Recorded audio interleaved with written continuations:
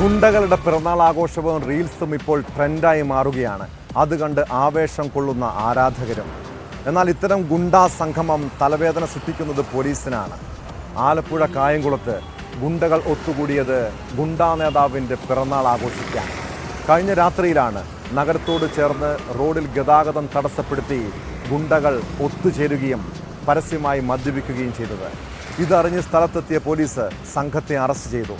കൊലപാതക കേസിലെ പ്രതി ഉൾപ്പെടെ പിടിയിലായിട്ടുണ്ട്.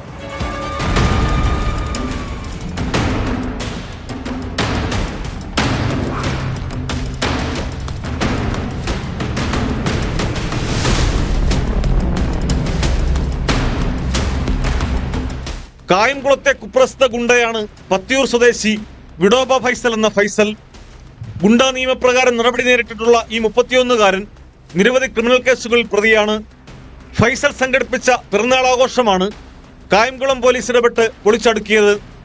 ബുധനാഴ്ച രാത്രി 10:30-ഓടെയാണ് പുതുപ്പള്ളി കൂട്ടംവാതുക്കൽ പാലത്തിൽ പിറന്നാൾ ആഘോഷം സംഘടിപ്പിച്ചത്.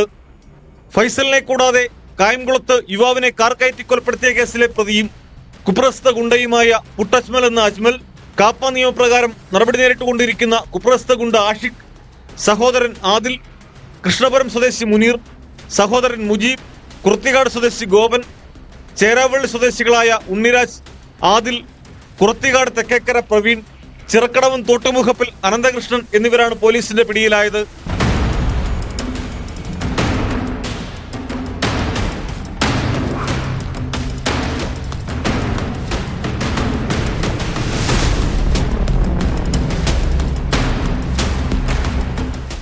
വാഹനങ്ങൾ പാലത്തിലിട്ട് ഗതാഗതം തടസ്സപ്പെടുത്തി പരസ്യ മദ്യപാനം നടത്തി പിറന്നാൾ ആഘോഷിക്കവെയാണ് കായംകുളം പോലീസ് ഇവരെ പിടികൂടിയത്.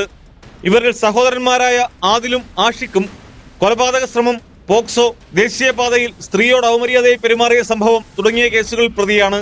മുനീറും പ്രവീണും ലഹരിമരുന്ന് കേസുകളിൽ പ്രതികളാണ്.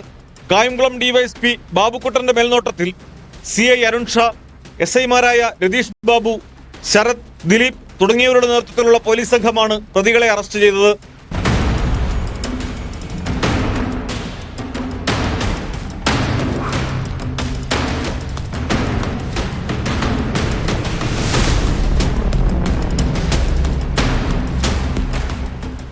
ന്യൂസ് 18 കായംകുളം.